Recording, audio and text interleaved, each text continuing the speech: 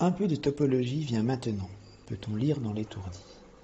S'ensuivent quelques pages de l'écriture de transformation topologique sur un tore, de l'écriture sans dessin. Essayons de les réaliser. Un peu de topologie vient maintenant. Prenons un tore, une surface formant anneau. Il saute aux yeux.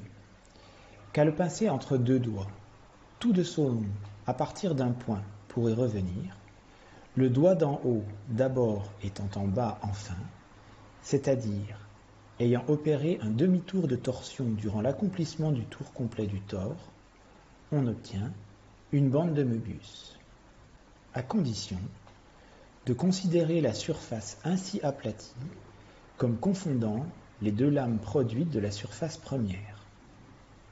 C'en est à ce que l'évidence s'homologue de l'évidement. Nous venons d'obtenir, à partir du tore, ce qui semble être une bande de Möbius, puisque le doigt y circule sur l'unique bord, sans aucun franchissement. Poursuivons l'étourdi. Il vaut de la démontrer de façon moins grossière. Procédons d'une coupure suivant le bord de la bande obtenue. On sait qu'il est unique. Il est facile de voir que chaque lame, dès lors séparée de celle qui la redouble, se continue pourtant justement dans celle-ci. De ce fait, le bord pris d'une lame en un point est le bord de l'autre lame quand un tour l'a mené en un point conjugué d'être au même travers.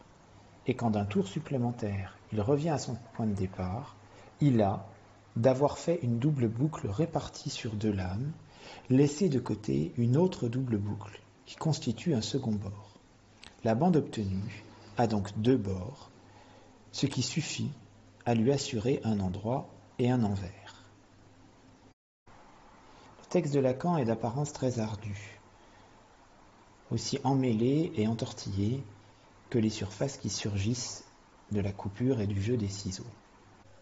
Nous obtenons deux bandes.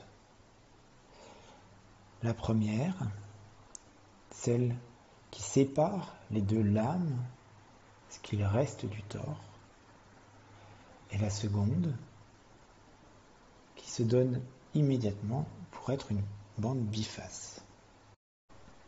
Attachons-nous à la première, celle dont Lacan écrit que la bande obtenue a donc deux bords, ce qui suffit à lui assurer un endroit et un envers. Son rapport à la bande de Möbius, qu'elle figurait avant que nous y fassions coupure, est que la coupure l'ait produite. Montrons d'abord son endroit et son envers.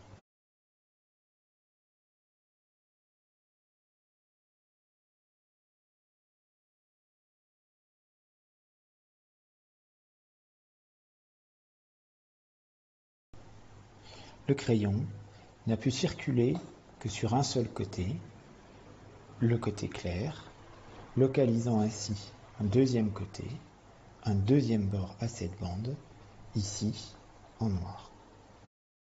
Là est le tour de passe-passe, poursuit Lacan. Ce n'est pas à recoudre la même coupure que la bande de Möbius sera produite, puisqu'elle n'était que feinte d'un tore aplati, mais c'est par un glissement des deux lames, l'une sur l'autre, et aussi bien dans les deux sens, que la double boucle d'un des bords étant affrontée à elle-même, sa couture constitue la bande de Möbius vraie.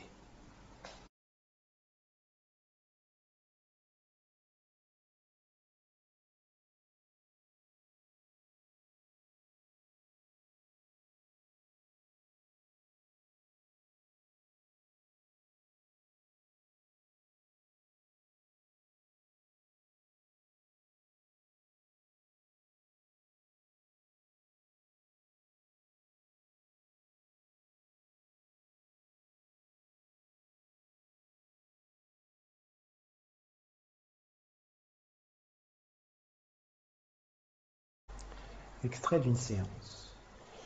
Une analysante évoque le désagrément que lui cause le bruit d'un moteur caché non loin d'une piscine où elle prend du bon temps. Elle associe ensuite, sur quelque chose de tout à fait matériel, qu'elle considère devoir cacher pour à la fois ne pas le voir et à la fois ne pas l'entendre. J'interviens. Les choses cachées sont bruyantes. Dès lors, les associations qu'elle va faire, qui n'ont plus rien d'approprement matériel, vont porter sur ce qui, dans sa vie personnelle, a été refoulé, évacué, et qui revient soit sous la forme de symptômes, soit dans les formations de l'inconscient, tels les rêves. On peut dire que de ces deux lames, de ces deux temps de la séance, chacun d'apparence disjoint sur une lame différente, l'intervention, la coupure, vient permettre l'écriture de la bande de Möbius, c'est-à-dire d'une mise en continuité de ces éléments qui, d'apparence, étaient hétérogènes.